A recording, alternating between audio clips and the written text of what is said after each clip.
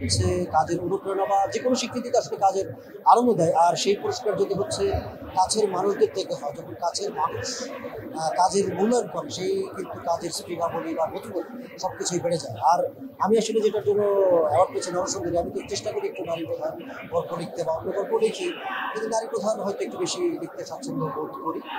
আর এই অ্যাওয়ার্ডটা আসলে আমি আমার টিম, পরিচালক রাফাত মজুমদার, রিঙ্কু, অ্যাক্ট্রেস তানজিন তিশা এবং আরও যারা ছিল, আমাদের সাথে রাইটার ছিল আরেকজন মজুমদার শিমুল, ওনার কথা বলতে হয়, সবার প্রতি কৃতজ্ঞ। আর তার থেকে আরও বেশি কৃতজ্ঞ আমার ফ্যামিলির প্রতি, স্পেশালি আমার মেয়ে এবং আমার স্ত্রী, তারপর আমার পুরো পরিবার, সবার সাপোর্টে কিন্তু আজকে আসলে আমার এই যেটা বলি যে ছুটে চলা বা কাজ করা, কারণ তাদের সাপোর্ট ছাড়া কিন্তু আসলে আমি আসতে পারতাম না। আর অবশ্যই আমার সাংবাদিক ভাই বন্ধু, আমার অফিসের কলিগ বা বাইরের বন্ধু, সকল শুভাকাঙ্ক্ষী সবার জন্যই আসলে মানে শুভকামনা বা তাদের ভালোবাসার জন্য কিন্তু আজকে হয়তো আমি যেটুকু যে আসতে পেরেছি। সো সবার প্রতি আমি